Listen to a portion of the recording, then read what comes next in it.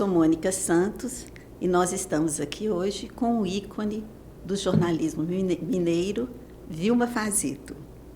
Esta entrevista é para o Centro de Memória do Jornalismo Mineiro, uma realização da Casa de Jornalistas e do Sindicato dos Jornalistas Profissionais de Minas Gerais, em parceria com a Faculdade de Comunicação e Artes da PUC Minas. Vilma, que prazer você estar aqui hoje com a gente. E vamos começar um pouquinho lá, um pouco do início, resgatando, né, a sua história, sua infância, adolescência. Já nessa época, você já pensava em ser jornalista? Você já tinha essa intenção de fazer jornalismo? Não, na realidade, assim, é muito interessante essa questão, porque na minha família nós somos sete irmãos, né? Os dois mais velhos, médicos, e então, assim, acaba que, né, os três irmãos mais velhos, né, homens, e nós quatro mais novas mulheres. Então, e eles, assim, querendo influenciar, né, a gente na profissão e tudo. Então, meu primeiro vestibular foi para a oftalmologia, porque ela era a área da saúde, né? Então, mas eu não passei. Mas depois eu fui fazer cursinho. Falei, gente, eu não vou fazer odontologia, entendeu? Eu quero fazer jornalismo. Então, desde pequenininho eu já tinha essa coisa de escrever, sempre gostei muito de escrever, fazia os meus versinhos e tudo. Então, foi assim, sabe? Assim, eu aí fiz o vestibular. Eu trabalhava o dia inteiro, estudava à noite, então não tinha muita condição assim de estudar para um vestibular para federal, por exemplo, que não tinha curso à noite, né? E nem de estudar na federal mesmo, porque não tinha condições. Então, não fiz aqui na PUC também, porque era longe da minha casa e como eu morava a um quarteirão da hoje UniBH, né? E aí eu fiz o vestibular lá, passei e foi ótimo, porque ficou pertinho da minha casa e ficou prático, né? A escola estava ainda início também do curso, né? E foi em que época, Vilma? Já estávamos na ditadura militar? Não, ainda estava, né? Eu formei em 1976, né? Então... Como é que foi ser estudante de comunicação, de jornalismo nessa época? Olha, na realidade, como o curso era à noite e eu trabalhava durante o dia, eu nunca fui de participar de movimento estudantil. Meus irmãos todos participaram, né? A gente é uma família muito combativa, né? Meu pai foi do Partido Comunista, então a gente, desde pequeno, assim, teve uma influência, né? Quer queira ou não, do papai. E da mamãe, por ser também uma mulher muito progressista. Então, assim, mas eu não tinha tempo de trabalhar, como trabalhava à noite, e de ir para a rua, sabe, para movimento e tudo mais. Mas claro que a gente participava de tudo, né? Sabia de tudo. Mas isso te marcou, viu? Marcou bastante. Bastante, né? Quer dizer, a ditadura marcou todo mundo, né? Nessa época, o meu irmão estava sendo perseguido, né, porque ele era do movimento estudantil e ele era do movimento secundarista, do colégio estadual. E ele estava sendo perseguido e ele resolveu ir para o Chile. Aí foi para o Chile, isso foi uma preocupação muito grande, né, da nossa família. Mas foi, assim, a gente achou que foi melhor para ele, sabe? Mas ele voltou. Voltou depois, ficou um ano lá e voltou, e assim, já estava, não é que estava tranquilo, né? Mas assim, ele achou melhor voltar e enfrentar a situação, sabe? Então, era uma preocupação muito grande naquela época. Né? E você formou e como que foi? Arranjou estágio? Já foi logo sendo empregada em algum veículo? Tinha algum veículo que você tinha interesse em trabalhar? Eu sempre me interessei pelo jornalismo impresso, né? A gente, assim, na escola, eu acabei, inclusive, uma coisa que eu não falei, nem tem no meu currículo, é que eu fui professora lá do UniBH durante 6 meses, sabe? Nessa época eu já era repórter da TV Globo. mas eu nem, assim, continuei Então, mas você saiu eu saí da escola e já... Você disse que se interessava pelo jornalismo impresso. Impresso, mas pois foi o televisivo que abriu as portas para você? O que aconteceu? Na época, essa minha experiência como professora foi muito curta e foi logo depois que eu saí da escola. Mas eu não... Aliás, não, eu já estava na TV Globo, sabe? Mas então, o que aconteceu? Quando eu saí da escola, e que eu pedi, né, eu também me casei nesse período, e aí eu pedi demissão na empresa que eu trabalhava, que era a Olivete do Brasil, uma empresa multinacional, né, eu tinha um bom salário na época, eu era secretária.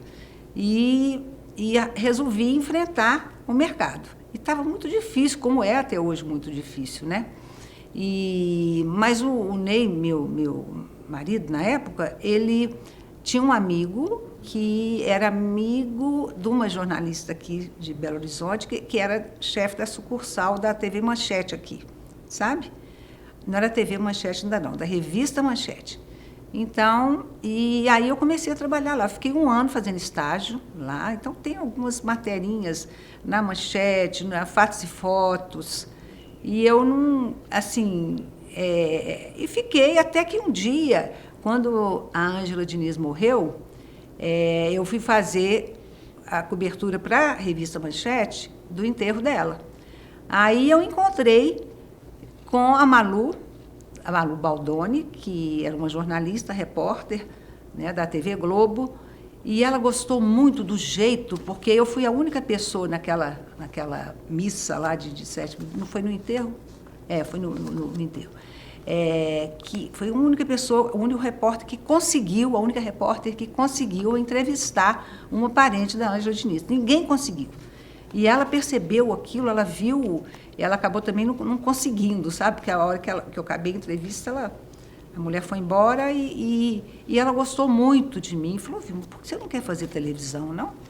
Aí eu falei, né? Não pensei nisso não, mas aí, vai lá conversar na redação, conversa com o Valfrido de Gramont, que era o nosso editor-chefe na época.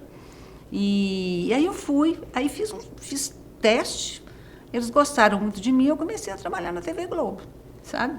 E nessa mesma época eu fui também chamada para ser professora lá na escola, né? No UniBH. Então, mas aí eu fiquei 6 meses, só porque eu achava que eu não estava fazendo a coisa certa, sabe? Que não estava uma coisa legal, porque eu não estava dando conta, assim, de ser a professora que eu gostaria de ter sido. Entendeu? Eu falei, não, eu não vou enrolar ninguém, eu acho que isso não é justo, né? Não é honesto, né? Vilma, eu gostaria de saber se você enfrentou muitos desafios, né, na televisão e se você tinha uma área assim, específica de maior interesse. Desafio na televisão, em qualquer área do jornalismo, né? Se é imprensa, se é o jornal impresso, se é a TV, se é a rádio, sempre tem desafio, principalmente quando você está começando. Então, assim, eu tinha recém saído da escola, a gente chega muito crua, né, nas redações, porque você vai aprender mesmo a sua profissão, a ser jornalista de verdade, é com o dia a dia, é com a prática, né? Então, realmente tem muitos desafios. Primeiro, assim, a forma como a coisa é feita, né? Na época a gente não tinha uma produção como tem hoje, então, porque hoje o jornalista de televisão ele sai para fazer uma cobertura com uma pauta, com todas as informações e às vezes até as perguntas a serem feitas, né? E na nossa época não era isso, não. E não existia, né, internet nem nada, então era tudo feito assim. A gente tinha que saber muitas coisas mesmo para poder, porque inclusive você pegava pauta que você não sabia anteriormente que você ia fazer. Então você não se preparava tão bem assim para uma pauta, sabe? Eu acho que uma das dificuldades maiores que a gente enfrentou naquela época era isso.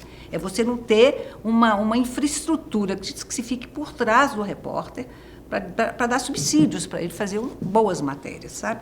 Mas a gente conseguia fazer mesmo assim. A gente fez, e quando falo gente, não é só eu, sabe? São os meus colegas da época, né, que foram também desbravadores aí desse jornalismo de TV, né, porque estava praticamente começando no Brasil, a TV Globo estava iniciando naquela época. Então, realmente, havia esses desafios. Mas sempre muito...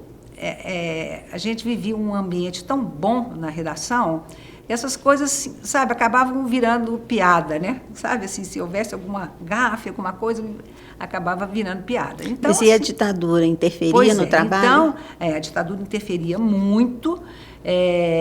Inicialmente, assim, eu gostaria de falar as áreas que eu sempre gostei mais de trabalhar, né? Na televisão, eram áreas difíceis, porque a gente vivia um momento de ditadura complicado, né? Difícil, e existia a censura, né? A censura era clara, aberta, e naquela época os censores já né, que ficavam nas redações já não estavam mais nas redações, mas a censura continuava, né?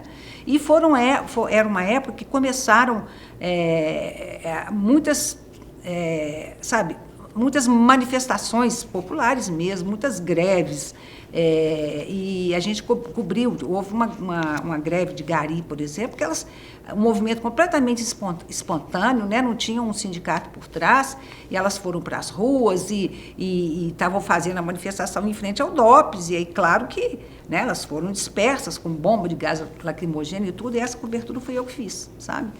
Então, e depois, inclusive, elas me procuraram na redação para eu dar orientação, para ver o que elas queriam, sabe, como é que era, se tinha que procurar um advogado, uma coisa assim, e eu dei essa orientação para elas, e isso não foi muito bom para mim profissionalmente, porque ficou parecendo que eu estava ensinando elas como fazer greve, entendeu? Então, isso foi um momento complicado. Mas como eu tinha já, né, essa verve mesmo, esse lado meu mais à esquerda, que eu sempre fui, né, né, de família mesmo, como eu já falei, o nosso editor geral era o Valfrido de Gramont, que era uma pessoa assim, super progressista, e muito, muito bacana mesmo, e aí ele passou a me dar esse tipo de cobertura, sabe? Uma vez, nós fomos, inclusive, assim, fomos chamados à Polícia Federal. A gente tinha um programa na época que chamava Painel. E esse programa era um programa de entrevistas locais, né?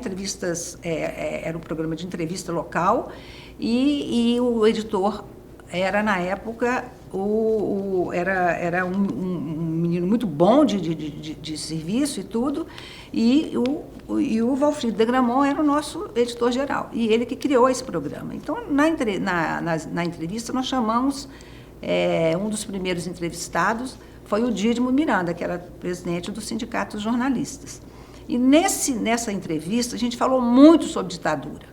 Aí, no dia seguinte, já tinha uma carta lá, um ofício, chamando a equipe, né, para poder... Aí, o Valfrido falou que nós não precisávamos de ir, porque a responsabilidade era toda dele. E ele tomou para si toda a responsabilidade, sabe?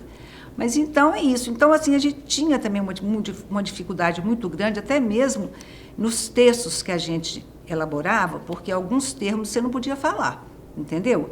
Por exemplo, se a gente ia fazer uma cobertura de uma greve, você não podia usar o termo greve.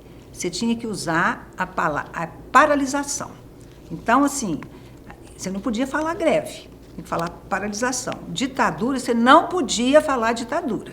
Você tinha que falar governo militar. Entendeu? Então, umas coisas assim tão idiotas, mas que a gente tinha que cumprir, sabe? E tínhamos também algumas decisões que vinham de cima, né? Algumas ordens que a gente tinha que cumprir também, que era relacionada a algumas pautas. Determinadas coberturas, por exemplo, a gente não podia fazer, sabe? Se tinha alguma movimentação numa faculdade, por exemplo, né, que estava sendo realizada, um seminário que tinha alguma coisa a ver com política, você não podia fazer cobertura. Então, era assim, sabe?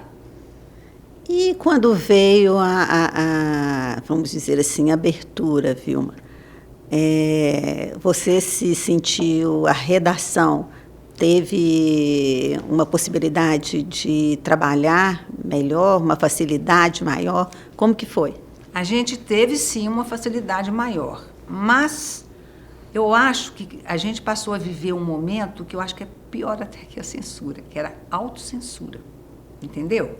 Então, assim, você ficou com tanto receio de falar algumas coisas, de fazer algumas coisas, que às vezes se autocensurava. E a TV Globo, sabe, assim, a gente sabe, né, que a TV Globo sempre foi e sempre defendeu o poder, né? Quem está no poder é muito poder de direita, né? Então, sempre foi uma empresa voltada aí para, né, os poderosos, né, e para as pessoas mais conservadoras. Então, a gente, assim, mesmo que a gente quisesse fazer alguma coisa, a gente tinha lá em cima que, sabe, monitorava, né? Mas a gente, mesmo assim, a gente conseguiu fazer muita coisa, sabe? Assim, a gente conseguiu, assim, sabe, atravessar aquele cerco, né?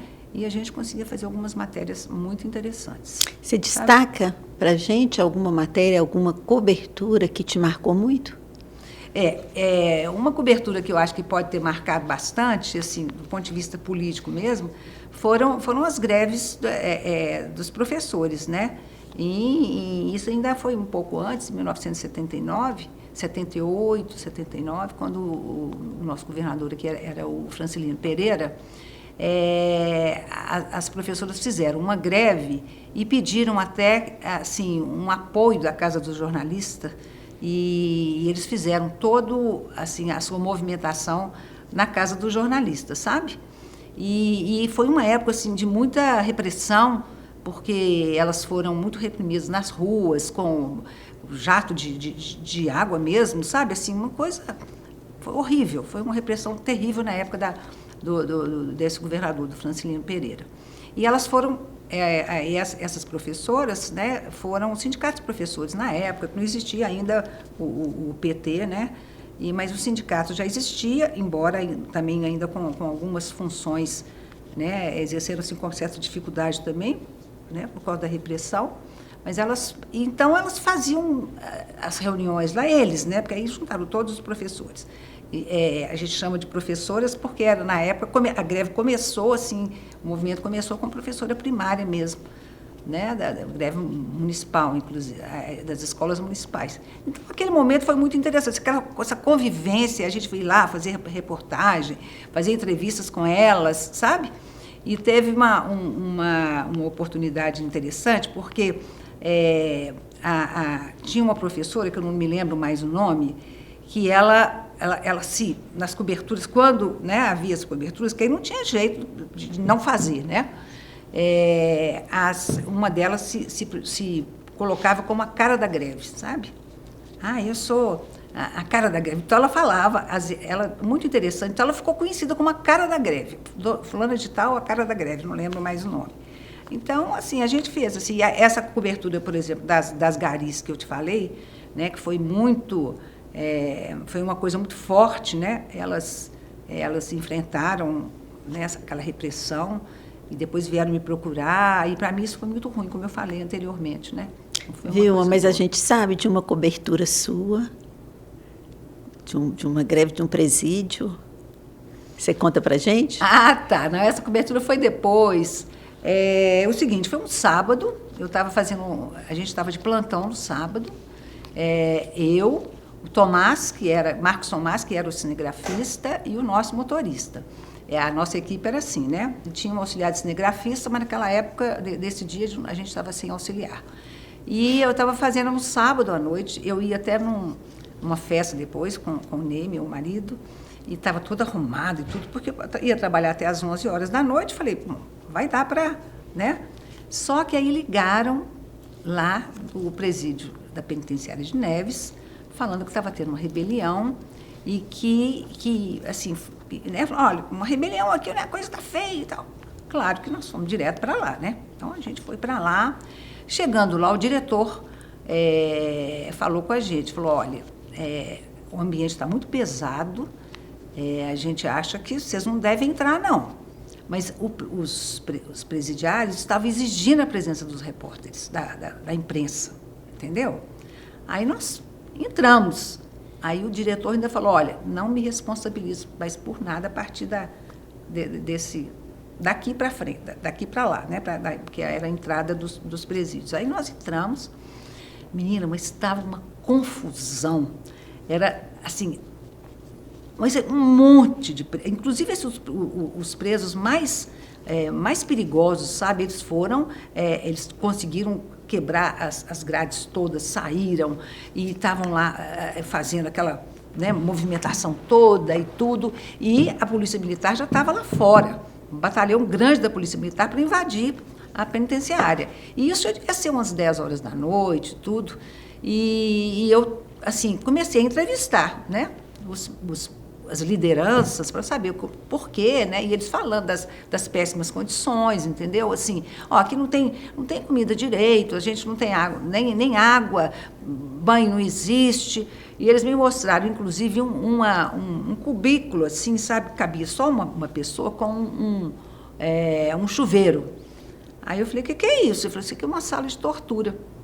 Aí eles falaram que eles entravam ali, trancavam a porta e ligavam o chuveiro e ficava só um pingo de água caindo na cabeça dele, não sei quanto tempo, imagina. Né? Deve ser uma coisa horrível, né? Naquela época eram presos comuns, quer dizer, não eram, ali naquela penitenciária não tinha preso político, né? Era preso comum. Mas eles faziam isso também com preso comum, eles torturavam também preso comum, né? E aí eu sei que a coisa vai, a conversa vem, eles queriam que mostrasse tudo, olha, nossa, aí nós fomos filmando tudo, filmamos e tudo. E aí chegou uma hora que eu falei, e aí, gente, está na hora da gente ir embora, né? Porque a gente já fez a reportagem. Aí falaram, não, vocês não vão embora, não. Aí nisso começou uma confusão na nossa frente, assim. Era uma época de Natal e a gente estava tinha assim, parecia que um altar, sei lá, uma capela, e a gente estava mais ou menos dentro, assim. E aí começou uma confusão e tinha um sujeito que estava, porque estavam quase todos cobertos, sabe, com o cobertor, não mostrando a cara, e tinha um sujeito lá desse jeito, assim, igualzinho eles, sabe? Eles prenderam os carcereiros numa cela, e esse carcereiro, ele estava fingindo que não, né, achando que se fantasiou de preso para poder ver se safava, né? Eles descobriram esse moço, gente, mas eles bateram tanto nele, na frente da gente, assim, sabe? E a gente não tinha como filmar, né? Porque se você filmar, e eram aquelas máquinas pesadas, sabe? De filme, era filme na época, não era né, digital que tem hoje. Então, e assim foi aquela confusão. Aí depois dessa confusão, eu assim, né, já era uma sindicalista naquela época, o caso interessante está aí, porque eu fiquei tão assim impressionada com aquilo, que eu tinha uma cadeira, assim, eu subi na cadeira e gritei, companheiros! Falei, companheiros, peraí, vocês estão brigando entre si? Isso. Aí começou uma turma a brigar com a outra, depois estavam discutindo, inclusive, a nossa saída, sabe? Se a gente saía ou não, porque tinha uma turma que falava que não queria que a gente saísse. E a outra turma, não, ela tem que sair.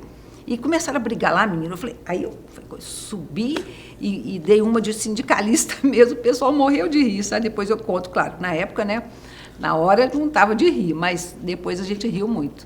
E aí eles deu um branco, assim, sabe? Eu falei, gente, peraí.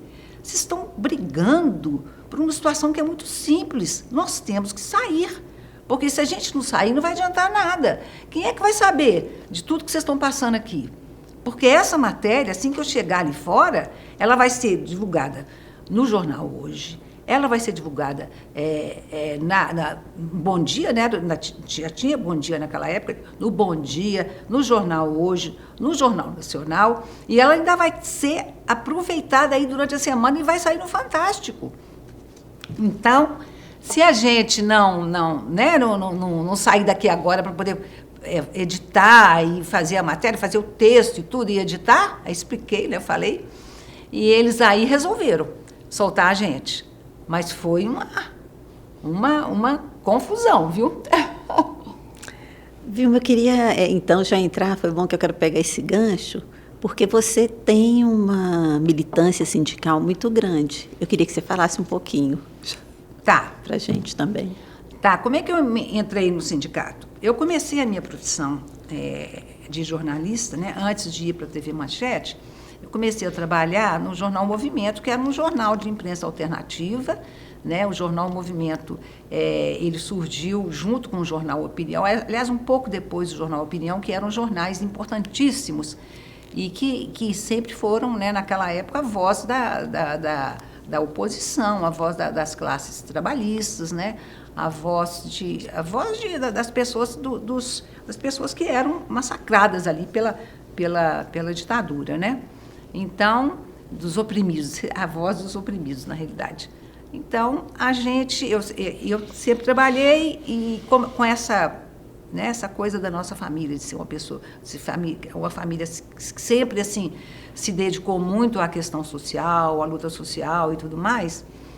Eu falei, não, gente, eu tenho que participar das coisas do sindicato. E comecei a ir nas assembleias e tudo, e comecei a sobressair, né? E aí o Dídimo de Paiva, né, que é um conhecido jornalista e um excelente presidente do sindicato, um progressista, que teve a história do sindicato, tem muito dele, né? E aí ele achou interessante e começou a conversar muito comigo. Então, ele foi uma das pessoas responsáveis por eu acabar me dedicando muitos anos da minha vida ao sindicalismo, né? Então, aí foi assim, e todas as lutas na Globo, por exemplo, eu participei de todas, né? Eu acho que tem teve um ano importante da nossa luta sindical. Houve uma greve na Globo, mas na minha época não houve, depois que eu saí que houve, sabe? Mas, então, num determinado ano, que eu não lembro mais qual foi, a gente estava fazendo, né, a negociação coletiva e tudo, o acordo coletivo, e a Globo, as pessoas, nós temos que fazer greve e tal, e a gente chegou quase a ter uma greve. Mas a gente acabou fazendo uma negociação, e nessa negociação, a gente, assim, negociou e conversou muito, inclusive, aí eu participei muito das conversas com o patrão, que era representado pelo pessoal aqui de Belo Horizonte, né? E aí a gente conseguiu um piso razoável para os repórteres da TV Globo, sabe? E conseguiu até um plano de carreira. Repórter 1, repórter 2 e tal. E assim, então é isso. Aí como eu sempre, né, tive esse gosto também pela luta sindical, aí eu me dediquei muito, sabe? E todas as lutas que a gente fez, né, que nós tivemos lá no sindicato e na categoria, e não era só isso, né, a gente tinha uma participação muito grande nas lutas, né, e dos trabalhadores, que o sindicato ele sempre teve uma porta aberta para acolher, né, toda a classe trabalhadora né, que fizesse suas campanhas salariais, que estava na rua, greve. Então, a gente foi realmente um local que eles chamam até a Casa do Jornalista como Casa da Liberdade, né? Então, porque ali realmente a gente exercia esse trabalho, sabe, de acolher, né, essas pessoas na nossa casa e participando junto das lutas, indo para a rua. Até hoje, né? Eu acho que até hoje o sindicato tem essa função. O sindicato e a Casa do Jornalista, né? Sabe? Você falou muito da questão sem dúvida, a luta salarial, mas a luta devia ser muito grande também pela liberdade de imprensa, sim, depois do momento, né, de ditadura. Como você pode falar um pouquinho dessa luta pra gente? Na época da censura à imprensa, era assim, o que a gente via, por exemplo, nos jornais impressos, você não podia, se o jornal, quando havia ainda o censor, né? Quando o texto que você fazia era censurado ou era tirado todo, os jornais colocavam receita de bolo, por exemplo, entendeu? Publicavam uma receita de bolo né, junto a outras matérias. Então, você vendo aquilo, você via que já era, né, uma forma de mostrar que o jornal estava sendo censurado, né? Isso da TV nunca teve, né? Não tinha nem como ter, era difícil, assim, ter essa... Mas a gente sabe, foi uma luta muito grande para a gente conseguir, o sindicato teve uma participação muito grande nisso. Você poderia falar também da sua atuação em outras empresas. Eu sei que você teve uma empresa de comunicação, isso foi bem mais para frente. Eu fui para Brasília, trabalhei na Empresa Brasileira de Notícias e eu fui fazer a Voz do Brasil. Eu fui ser a produtora-chefe lá, sabe? Assim, eu acho que foi uma boa oportunidade, né, de eu ir para Brasília, ter um trabalho que estava, assim, eu fui porque fui chamada pelas pessoas que estavam com o Tancredo que seria o presidente. Como ele faleceu, o Sarney assumiu, mas eu fiquei muito pouco tempo lá, sabe? Então, eu voltei da EBN, vim para Belo Horizonte e comecei a trabalhar no Palácio das Artes. Né? Do Palácio das Artes, eu fui assessora de imprensa do Palácio das Artes e quem me chamou foi Mauro Verquema, que era o presidente do Palácio das Artes na época. Mauro Verquema é uma pessoa assim, que eu tenho muito carinho por ele, porque ele foi muito importante na minha vida profissional, assim como o Manelzinho, Manel Marques Guimarães, que foi presidente do sindicato também. Então, são pessoas que eu não posso deixar de citar, porque foram muito importantes. O Mauro, né, me chamando para ir para o Palácio das Artes, depois eu fui para o Estado de Minas, ele saiu do Palácio das Artes e me levou para o Estado de Minas. E aí, você lembra bem, né, que a gente trabalhou juntas. Eu fui ser subeditora de agropecuária e a gente fez um trabalho bem legal lá também, na editoria. Eu me lembro que a gente fez uma reformulação no Caderno Agropecuário, foi uma nova, né, um novo conteúdo para o jornal, né, com outras colunas e tudo, e uma diagramação, uma arte ficou muito chamativo o jornal. Uma cobertura mais de vanguarda, né? E ficou assim, foi realmente assim. E na época, né, era difícil a gente cobrir essa área de agropecuária, e foi muito interessante assim, esse trabalho. Aí depois do Estado de Minas, nós tivemos um problema no Estado de Minas, que talvez seja interessante a gente contar aqui. A gente estava em vias de entrar numa greve, era uma greve importante. Nessa época, eu era subeditora de agropecuária do jornal, e foi a assembleia, tinha uma das assembleias que ia decidir pela greve. Foi num horário assim, difícil de fechamento do jornal, que as pessoas não iam. O pessoal do Estado de Minas não era muito de participar de reuniões do sindicato, né, de assembleias e tudo. E aí eu fui representando o pessoal do Estado de Minas e consegui virar uma assembleia que estava toda ela voltada para a decisão de greve, né, na categoria inteira. Eu e o Dudu Campos conseguimos que a Assembleia definisse pela não greve. Então, quando eu cheguei na redação para dar essa informação, o Mauro estava conversando com um dos diretores do jornal, eu não vou citar o nome, esse diretor, quando viu que eu estava falando para as pessoas, ele achou assim, sabe, que eu estava insuflando, e falou com o Mauro, não, nós temos que mandar essa moça embora. Então, eles me mandaram embora. Aí me mandaram embora junto com outras pessoas. Eles aproveitaram que eles queriam mandar algumas pessoas lá da redação embora, inclusive a Hélia Ventura, minha amiga também, entrou nessa turma, né?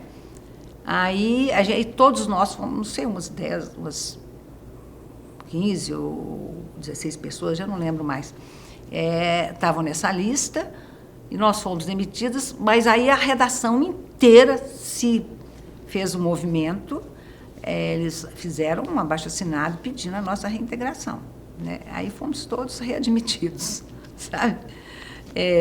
Mas aí eu acabei também não ficando mais, não, sabe? Muito mais não, porque eles me tiraram, né, eu não fui mandada embora, mas eles tiraram meu cargo de subeditoria, né, da subeditoria.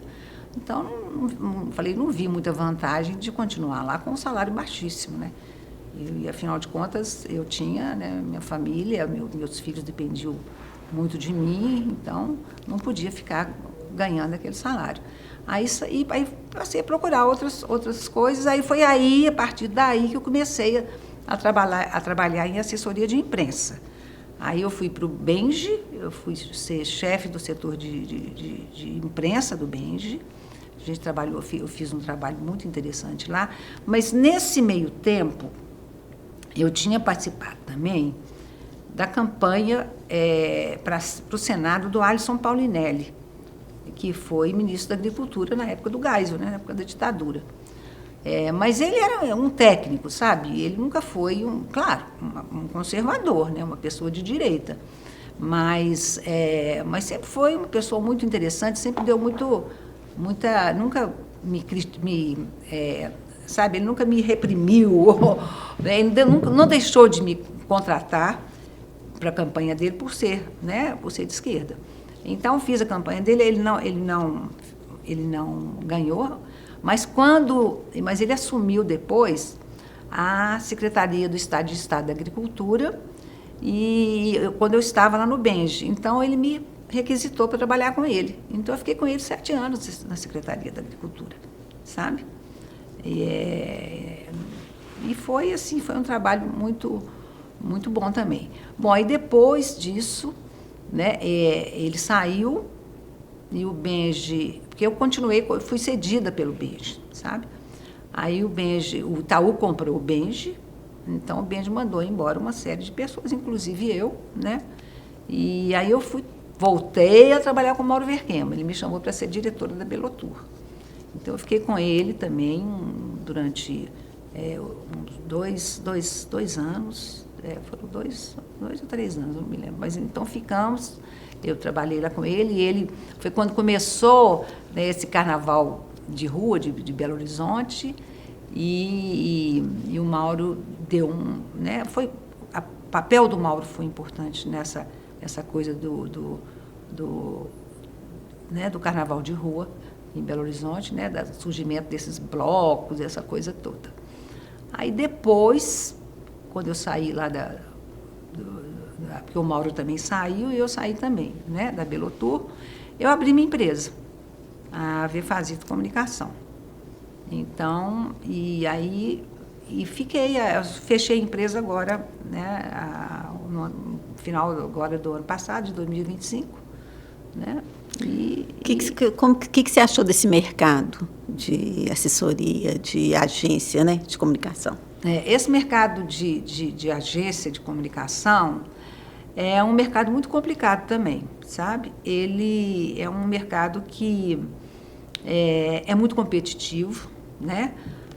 Além de ser competitivo com as agências de Belo Horizonte, ele é competitivo também com as agências que vêm de fora, né?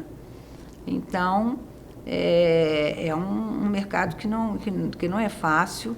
E a minha vida inteira, eu nunca tive muita vontade de...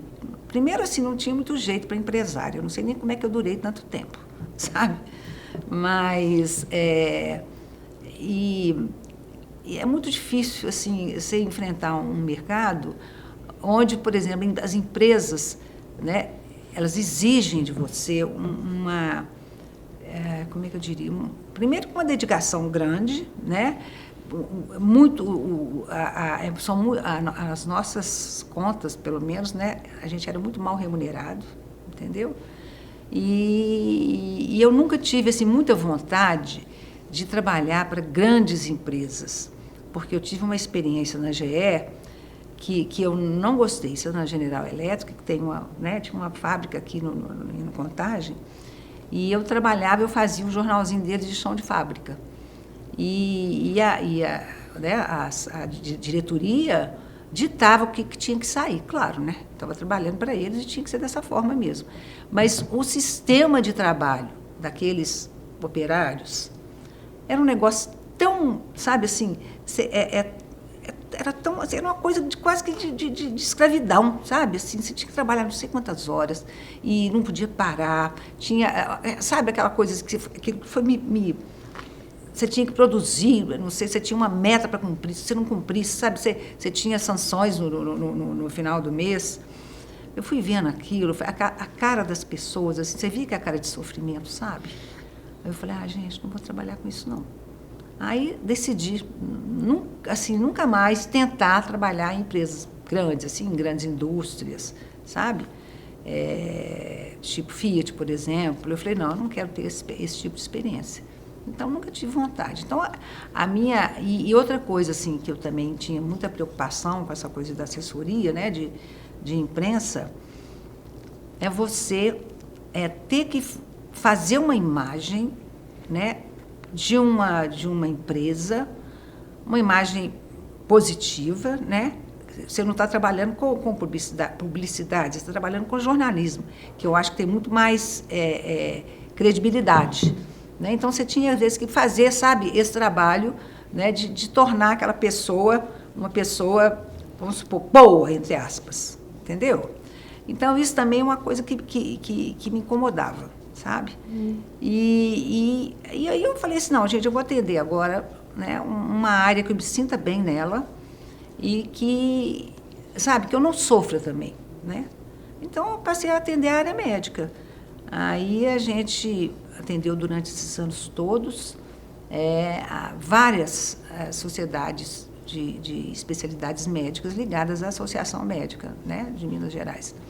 Então, foram trabalhos muito gratificantes, aí sim, sabe? A gente atendeu, por exemplo, a Sociedade Mineira de Pediatria, mais de 20 anos, né? Assim, nós atendemos a Sociedade Brasileira de Cirurgia Plástica, a Sociedade Brasileira de Neurocirurgia, Psiquiatria, e aí, sabe, são várias especialidades médicas. E tivemos, então, aí sim, um trabalho muito legal e compensador, sabe, e gratificante. Vilma, como que você vê atualmente, né, com essa bagagem toda que você tem, a atuação dos jornalistas na atualidade e as condições também de mercado? A primeira coisa que eu falo com você, né, não sei se é pessimismo, mas eu acho que o jornalismo acabou, entendeu? O jornalismo da forma como a gente fazia, né, da forma assim, que na realidade a gente nunca exerceu um jornalismo imparcial, né? Você faz o jornalismo, ele tem que ser imparcial, mas ao mesmo tempo você tem que contar a verdade. Se para mim a verdade é aquela, para outras pessoas a verdade não é aquela. Então, acaba sendo parcial, né? Se você for amplificar todas essas visões, então seria isso. Mas o que eu acho, primeiro que eu acho que essa revolução aí, né, da internet e do mundo digital, ela infelizmente prejudicou muito o jornalismo, porque hoje todo mundo é jornalista, né? Então, assim, você tem, né, esses... Da rede social. Da rede social. Então, a partir do momento que surgiram, inclusive, essas redes sociais, né, todo mundo virou jornalista, todo mundo é comentarista, né? Então, esses são formadores de opinião e gente, assim, que, né, que, de repente, tem não sei quantos likes, não sei quantas... e vira uma sumidade. Né? Então, acho que isso, de certa forma, acho que prejudicou muito o jornalismo impresso, tanto é que você não vê mais né, os jornais na banca, jornal impresso, que todos viraram tabloides, né, com pouquíssimas páginas, hoje não se lê mais, foram criados, né, os portais, que eu acho que é importante, claro que esse jornalismo continua sendo feito através dos portais. Mas mesmo assim, sabe, eu acho que ainda falta uma coisa, porque não existe mais você dar, né, a primeira matéria, sabe? Não existe mais você dar o furo, né? Porque a notícia sai muito antes nas redes sociais e na internet, né? Então, acho que é isso também. E o jornalismo acabou também, sabe, se a gente, na minha época, né, se a gente tinha um salário ruim, agora é muito pior. Então, hoje nas redações você vê que só tem estagiário, né? A exploração de estagiário é muito maior do que na minha época. Então, aí, claro que você não tem um bom jornalismo, né? E acho que, especialmente em Minas, nas capitais como Rio e São Paulo, eu acho que ainda é melhor, sabe? Mas aqui eu acho que é mais complicado. E outra coisa que eu senti muita dificuldade também, quando a Fazito Comunicação existia, era você fazer assessoria de imprensa. Se no início da empresa a gente fazia um trabalho muito bem feito de assessoria de imprensa, as nossas pautas, nossas sugestões de pautas, elas eram muito bem acolhidas, no final, nos últimos 10 anos ou 15 anos, já não tinha mais interesse. Então, hoje, para Belo Horizonte, por exemplo, você não sabe o que é pauta, sabe? Você não sabe o que vai agradar, né, as redações. A gente não sabe, eu não entendo até hoje como é que é feita essa escolha, né, de pautas para o que você vê, pelo menos assim, né, no dia a dia aqui da imprensa belo-horizontina, você vê trânsito, crime, né? Então, é isso, sabe? Eu acho que o jornalismo hoje está muito, muito difícil de ser exercido. Você acha que essa bipolarização que a gente vive hoje, né, e a gente vê um crescimento da extrema-direita, isso tem afetado muito o jornalismo? Acredito também. Não acho que é só essa questão da internet, não. Acho que a internet ela teve um papel muito importante, mas eu não falo nem que o termo polarização, ele para mim é até discutível, sabe? Porque quando você, por exemplo, fala que o governo, né, é uma parte, né, e a extrema-direita é outra, que normalmente a imprensa joga para a sociedade de uma forma geral, eu não acredito nisso não, sabe? Eu acho que é a extrema-direita que está crescendo mesmo, e existe do outro lado não é um polo contrário, é um polo que é certo e que fica, sabe, assim, essa propaganda aí da polarização, para mim, é uma coisa complicada, porque acaba colocando, por exemplo, o governo Lula, né, que tem lá os seus defeitos, mas é um governo que as políticas sociais são muito importantes, por isso mesmo a burguesia, né, e né, os setores mais moderados aí da sociedade não têm interesse, né, inclusive que ele continue, e esse pessoal da direita, e especialmente da ultradireita. Quer dizer, se a esquerda do governo não é um polo, sabe? A esquerda do governo está ali para defender políticas sociais importantes, para defender, sabe, uma causa para o crescimento do Brasil e para a manutenção da democracia, entendeu? Então, se o outro lado, né, tem uma visão completamente contrária e que quer voltar, por exemplo, para uma ditadura, isso não é polarização, sabe? Isso é eles querendo mandar em tudo e querendo acabar com a democracia. E o que eu me preocupo muito é que a imprensa, né, a nossa imprensa dita corporativa, ela acaba assumindo muito bem esse outro papel da direita, sabe? Tanto é que o espaço, né, nosso tem o espaço, eu falo nosso porque é nosso mesmo, porque eu sou de esquerda também, ele tem muita limitação nessa imprensa corporativa. Vilma, num ano de complexo, né, a gente está vendo denúncias toda hora de corrupção enorme e de eleição, qual o seu recado para a gente? É tão difícil, né? A gente dar um recado num momento tão, vamos chamar de tétrico mesmo, né? Porque eu acho que no mundo inteiro né, essa coisa da fascistização mesmo, né, do mundo e do Brasil também. O que eu acho, assim, às vezes, assim, sabe, talvez por causa da idade, até nem quero saber de algumas coisas, porque isso vai me deixando tão, assim, até depressiva mesmo, sabe? Mas, ao mesmo tempo, né, acreditando no que eu tenho, assim, né, de otimismo ainda, eu acho que as coisas podem melhorar, sabe?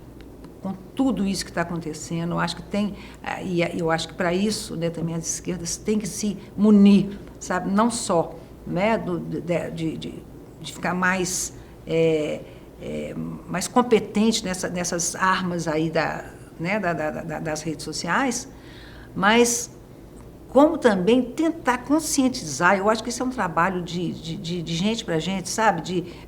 Da sociedade, da própria sociedade mesmo, das pessoas que têm essa visão mais progressista, de tentar fazer, sabe, nas pessoas que cercam a ela, e principalmente as pessoas mais humildes, né? Mas você tentar conscientizar do que é isso, sabe, que tá acontecendo, né, aqui no Brasil, com essas igrejas, né, evangélicas e dessa forma, né, como eles estão utilizando essas mentes humanas, né, oprimidas, e eles estão, o que o pessoal da ultradireita e da direita faz é isso, né?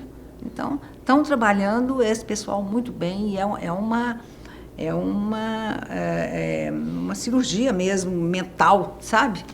Então, nessas pessoas. Então, a gente tem que saber como isso é feito. Voltar a fazer, né, os trabalhos de base que existiam, né, na época da minha juventude, por exemplo. Mas ainda sou otimista, apesar de tudo. Vilma, te agradeço muito. Sua história é um legado para a gente. Muito obrigada. Obrigada, Mônica, por você ter sido a minha entrevistadora. Adorei. Foi uma honra para mim. Esta entrevista é para o Centro de Memória do Jornalismo Mineiro, uma realização da Casa de Jornalistas e do Sindicato dos Jornalistas Profissionais de Minas Gerais, em parceria com a Faculdade de Comunicação e Artes da PUC Minas.